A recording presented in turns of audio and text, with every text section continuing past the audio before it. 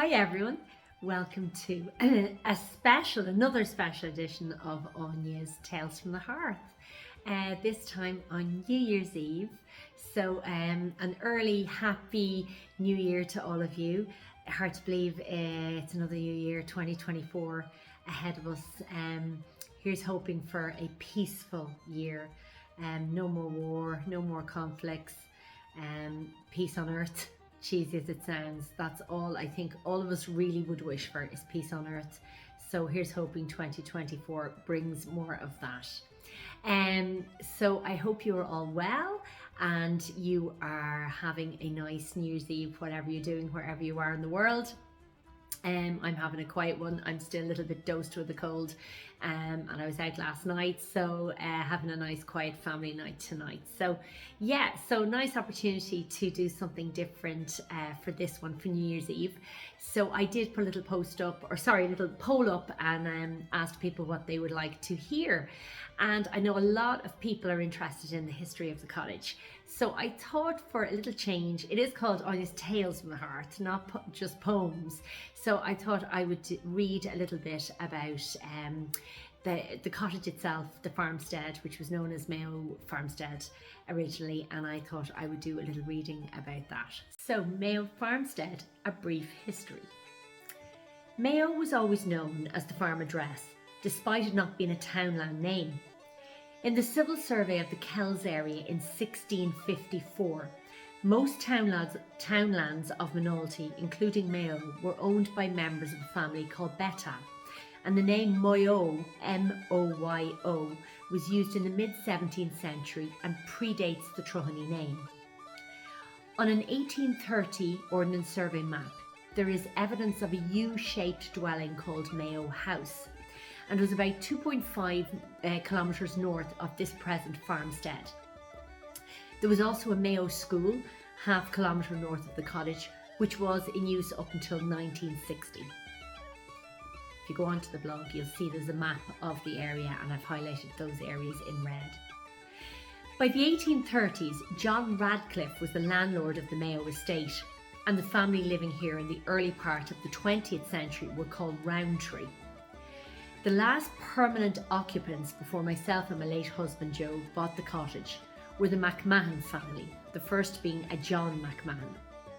When we bought the cottage in 2000, I heard stories of the night of the big wind, and that there had been another cottage in the field above and behind us, which is still a part of our farmstead, but it had been destroyed around the 1830s, and the present one was built in its place.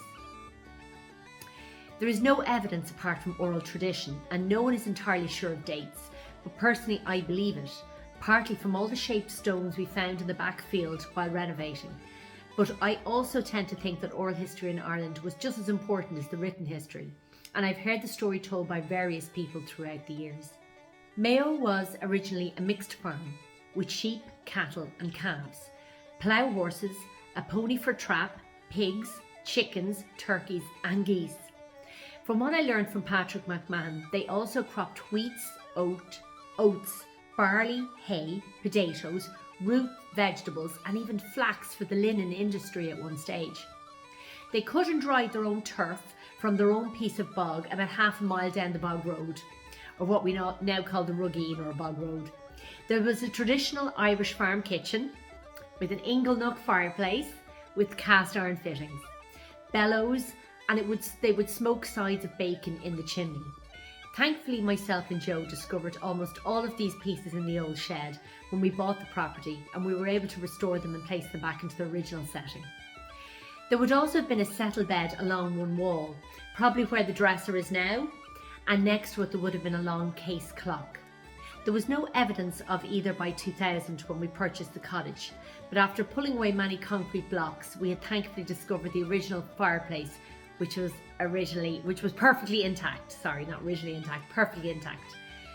We were also delighted to find the main support oak beam and all the original roof beams in the kitchen that still survive today, even with the layers of tar and charcoal and probably tobacco from years and years of use, which you can still see when you come and stay here. You can actually see all the layers of tobacco and tar and everything on the original beams, which is pretty cool. What is now the end room of the cottage was once the dairy. It was used as a separate room to churn butter, as well as house some livestock in the winter. It had an old lean-to shed off from it for various bits and bobs, and looking from the half door to the right were a long row of stone sheds for various uses. A workshop, a cowshed, and the furthest one, which was originally a small stable, has the most beautiful original stone cobbled floor. It is still in perfect condition today and still used as a tack room for my own horses, just a little bit small for a stable by today's standards. Up into the 1950s, the cottage remained virtually unchanged, since it had been well over 100 years before. One of the few improvements was a concrete floor over the original hard-baked earthen floor in the cottage rooms, which ironically was one of the first things we got rid of and replaced with the oldest scanner stone, which is on the floors now. It wasn't until the mid-50s that electricity was introduced. Up until then, the cottage had no electricity, no pumped water, and no toilet facilities. Water was carried from the well halfway down the field, or if it was dry, the well from about 3/4 of a mile away by the bridge. And we wonder why these people were so fit and healthy back in the day, as was becoming the norm elsewhere, and possibly because a combination of high costs and the difficulty of getting a thatcher in the area. The original thatch was replaced with corrugated iron in and around the late 50s or early 60s, something that is still an issue for thatch owners like ourselves even today.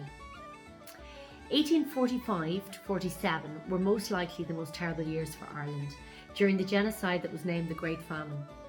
The population declined in Minalty like the rest of Ireland, but did not seem to directly affect the families around Trony, which showed no change in population by 1851.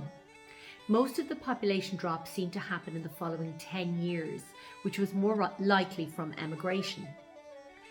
Being a self-sufficient farmstead with varied produce seemed to be what kept the family living at Mayo, Trony afloat, even through the most difficult time in Irish history. Makes me wonder if stepping back to those simpler days, or even borrowing something from them, might be the way forward, particularly now that Ireland faces another huge challenge with the COVID-19 pandemic. Food for thought. Okay guys, I hope you enjoyed that. Something different, okay? I know it's not a poem, something different. And that's just one of my many blogs that I have on the website if you want to go and have a read. If you want to go and have a read of it and have a look at the pictures that I have with it, or if you want to have a read of any of the other blogs, you're more than welcome. So the website is www.tronycottage.ie.